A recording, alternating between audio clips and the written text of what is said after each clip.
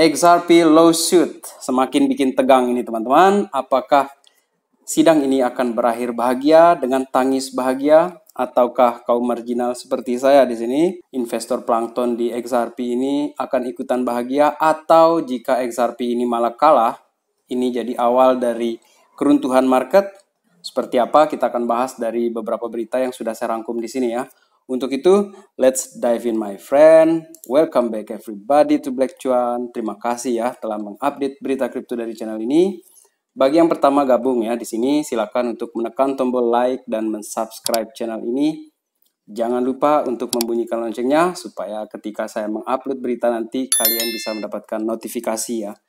Terima kasih ya. Dan yang pertama kali kita akan bahas di sini itu adalah mengenai Ripple. Kemudian ada juga nanti pemerintah Amerika Serikat yang menuntut Elon Musk gara-gara Elon Musk ini mulai buka kasus ya. Sedikit ember dia di sini. Kemudian ada Jim Cramer teman-teman, sambungan dari video saya yang sebelumnya, jadi ada sedikit update dari dia, nanti kita bahas. Kemudian yang terakhir itu adalah tentang Apple atau iPhone ya, yang menciptakan cold wallet sendiri. Oke, yang pertama di sini itu adalah yang ringan-ringan dulu ya. Ini datang dari England teman-teman, Spot in Taxi Cab in England. Jadi di Inggris ini ada taksi di sini yang menerima payment itu dengan XRP. Jadi tinggal di scan saja nih barcode-nya. Dan di sini dikatakan menggunakan Exum Wallet ya.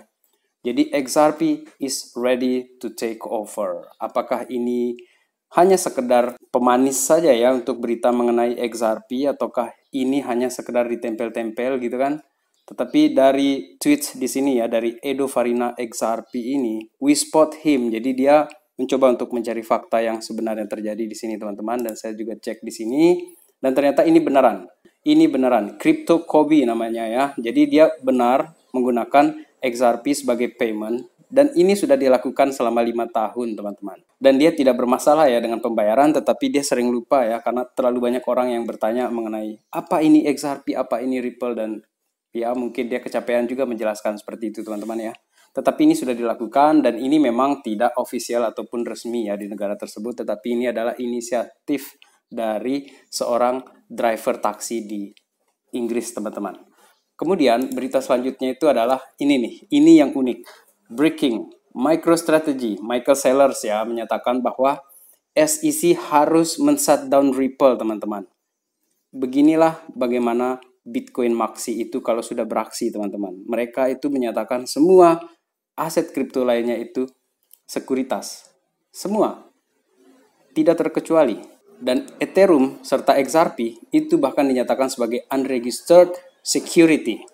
Tetapi jejak digital itu memang kejam ya. Di sini ada MZ ya, akun MZ Bank Crypto. Dia men-tweet sebuah, ini tweet dari zaman 2013 ini teman-teman. Jadi dia jago sekali ini ya. Dan dia men-tweet ya, meretweet dari apa yang ditweet oleh Michael Saylor 19 Desember 2013 ketika saat itu dia belum menjadi Bitcoin Maxi, dan dia itu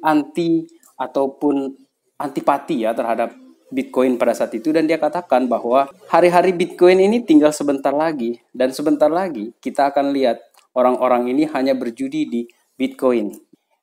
Dan apakah nanti setelah dia menyatakan hal seperti ini, dia itu akan jadi XRP Maxi nantinya?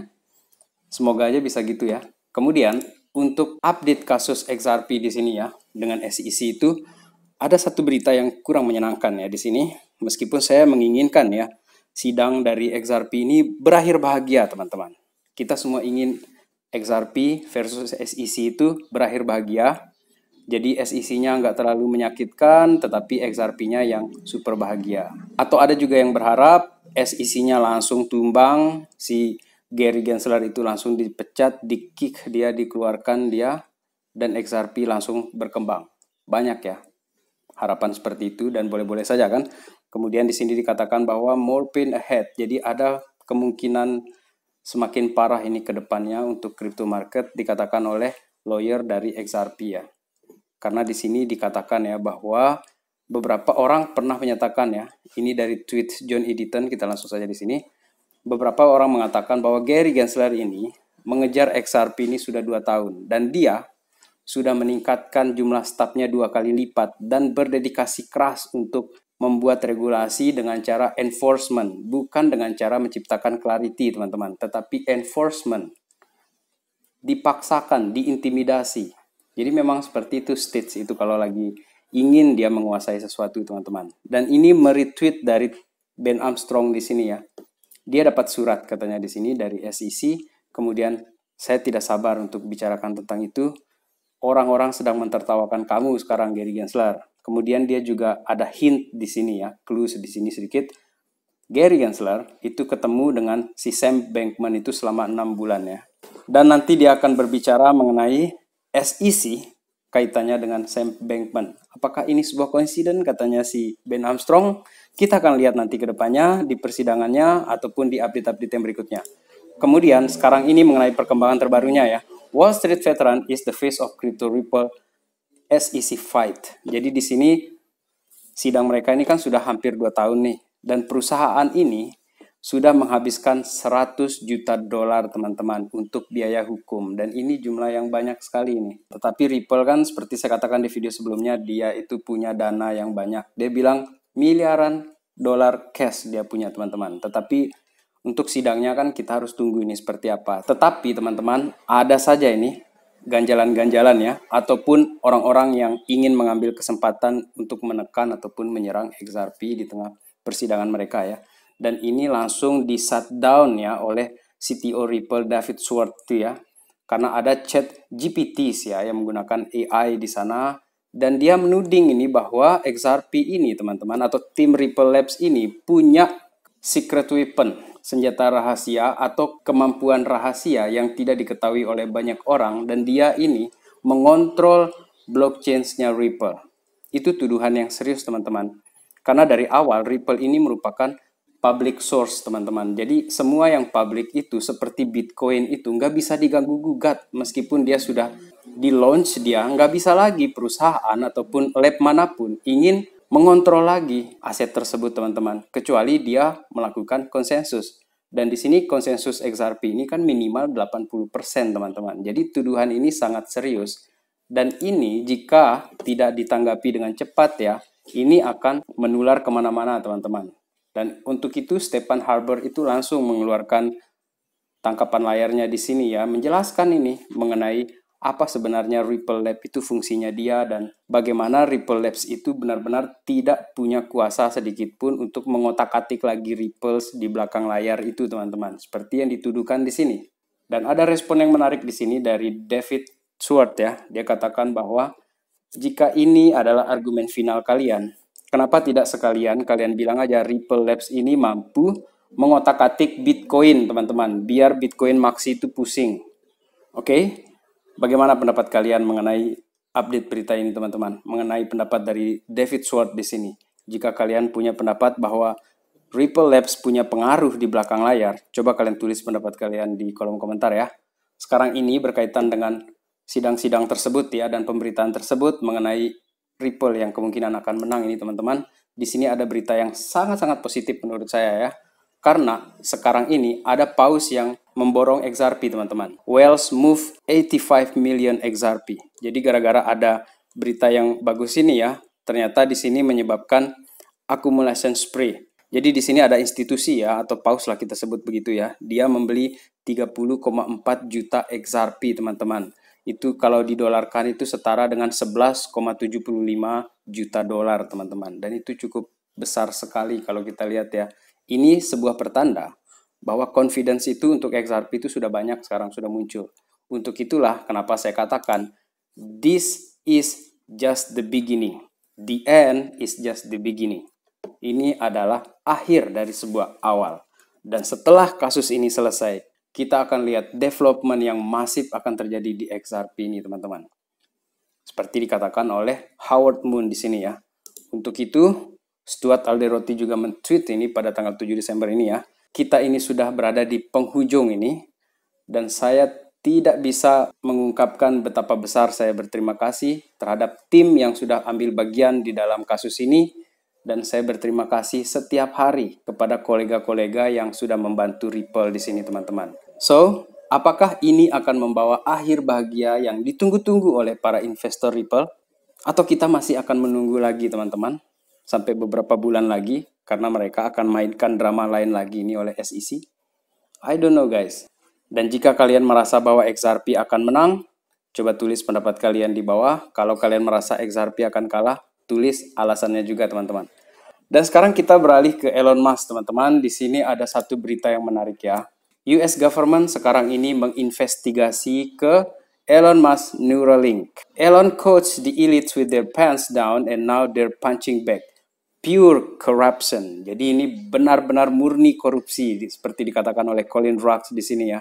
Karena di sebelum kejadian ini teman-teman, Elon Musk ini mengekspos sebuah tweet ya atau Twitter file yang ditweet oleh Mike Taibbi mengenai kolusi-kolusi yang terjadi ya selama proses pemilihan Presiden Joe Biden versus Donald Trump kemarin itu teman-teman. Jadi dia menguak semua informasi-informasi rahasia, bagaimana partai politik ini mengintervensi Twitter dengan cara meminta untuk men-shutdown beberapa akun ataupun mendelete postingan-postingan tertentu di sana teman-teman. Dan akhirnya apa yang terjadi? Negara serang balik ke Elon Musk di sini teman-teman. Tetapi ternyata di sini yang diserang itu bukan langsung ke si Elon Musk-nya ya, tetapi dengan cara ada kode-kode lah, nggak langsung seperti itu ya. Jadi untuk beritanya memang di-boost seperti itu ya. Jadi kesannya itu sedang dicari-cari kesalahannya Elon Musk di sini teman-teman. Jadi memang seperti itu juga yang terjadi di beberapa negara lain ya, termasuk di Wakanda seperti itu kan. Kalau kamu mencoba untuk mengkritisi pemerintah secara berlebihan, akan dicari-cari itu caranya. Makanya jangan coba-coba lawan Black Panther. Nanti datang dia Black Panther itu teman-teman ya. Oke, itu cuma bercanda ya. Sekarang ini mengenai Jim Cramer ini. Lucu di sini kalau kita lihat ya. Jim Cramer kan sebelumnya mengatakan bahwa jual semua aset kripto kalian karena aset itu adalah aset kalian yang terakhir yang akan kalian punya. Kripto akan zonk. Sekarang dia datang lagi nih. Ini dari Watcher Guru, Jim Cramer menyatakan bahwa resesi itu tidak akan datang. Hal-hal seperti ini tuh selalu kebalikan teman-teman. Asli. Apa yang dikatakan oleh Jim Cramer di sini biasanya kebalikan di sini teman-teman. Karena jika ini beneran terjadi teman-teman, maka beneran resesi akan datang. Dan di sini juga dikatakan ya, dari Wall Street Silver, hyperinflation coming. Jerome Powell's ability to beat inflation. Padahal sehari sebelumnya sudah dia katakan, Jerome Powell tidak bisa mengatasi inflasi, oleh karena itu dia akan terus menaikkan suku bunga. Sekarang lagi dia ngomong, Jerome Powell ini mampu untuk mengatasi inflasi. Dan disinilah kita melihat ya, bagaimana orang-orang menerjemahkan apa yang dilakukan oleh dia, si Jim Cramer ini ya. That's the exact opposite of what I'm suggesting. Dan itulah kebalikan dari apa yang saya sarankan kepada kalian. Tinggal kita terjemahkan sendiri di sini teman-teman. Kemudian yang terakhir di sini itu adalah mengenai Apple yang mendisable NFT atau Coinbase Wallet itu teman-teman ya. Jadi ternyata mereka punya misi mereka sendiri. Seperti yang habis saya tonton dari Jordan Peterson ya. Pemerintah atau perusahaan-perusahaan besar itu ketika melihat perkembangan kripto, mereka tidak tinggal diam. Mereka sedang mencari-cari cara dan mereka mempelajari dan mereka akan mengeliminasi perusahaan-perusahaan kecil ketika mereka sudah menguasainya. Dan ini yang terjadi di iPhone ataupun di Apple ya. Jadi Coinbase Wallet itu sengaja dikasih gas fee 30%, kemudian mereka membuat wallet mereka sendiri. Karena dari Cointelegraph di sini langsung ya kita lihat di sini, father of the iPod teman-teman. Jadi orang yang bikin iPod pertama kali itu ternyata dia terlibat dalam mendesain ledgers teman-teman untuk cold crypto wallet. Beginilah cara mereka mengeliminasi saingannya. Oleh karena itu, nanti kita akan lihat legendary Apple designer lends his touch to new Ledger Stacks crypto wallet. Yaitu tadi yang kita katakan tadi. Dia akan menggantikan aset-aset kripto lainnya dan akan dibuang-buang ini perusahaan-perusahaan kecil atau yang di bawah-bawahnya dia. Sehingga dia akan menguasai pasar. Memang kejam, pasar itu seperti ini bermain teman-teman. Tetapi balik lagi karena kita di ekosistem kripto, menurut saya ya, yang datang belakangan ini meskipun banyak modalnya, saya lebih percaya kepada riset yang sudah jauh-jauh hari dilakukan oleh orang-orang lain sehingga mereka tahu kelemahan dan kelebihannya teman-teman. Baik teman-teman, kesimpulan saya kali ini itu adalah semoga XRP menang, kemudian massive adoption itu akan dimulai. Jadi ini adalah akhir untuk sebuah awal yang baru teman-teman bagi XRP. So, demikian video kali ini. Terima kasih telah menonton. Salam Black Cuan. Peace my friend.